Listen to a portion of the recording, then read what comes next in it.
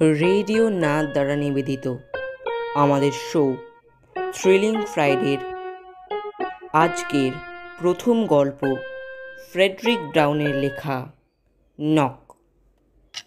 পৃথিবীর শেষ মানুষ একলা বসে একটা ঘরে, হঠাৎ সেই দরজায় একটা টোকা।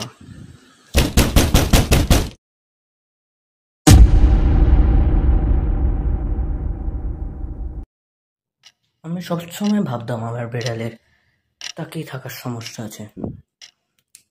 সে সবসময় আমার মুখের দিকে তাকিয়ে থাকতো, কিন্তু একদিন আমি বুঝতে পারলাম যে সে আমার পিছনের দিকে তাকিয়ে থাকতো, ঠিক পিছনে।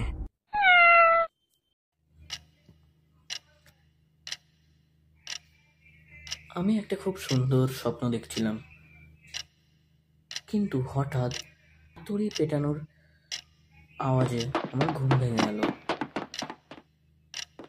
আমি খুব আস্তে শুনতে পাচ্ছিলাম সবকিছু। হঠাৎ আমি বুঝতে পারলাম আমার কফিনটা মাটি দিয়ে ভরে যাচ্ছে, আর সেই মাটি আমার আর্তনাদ চেপে দিচ্ছে।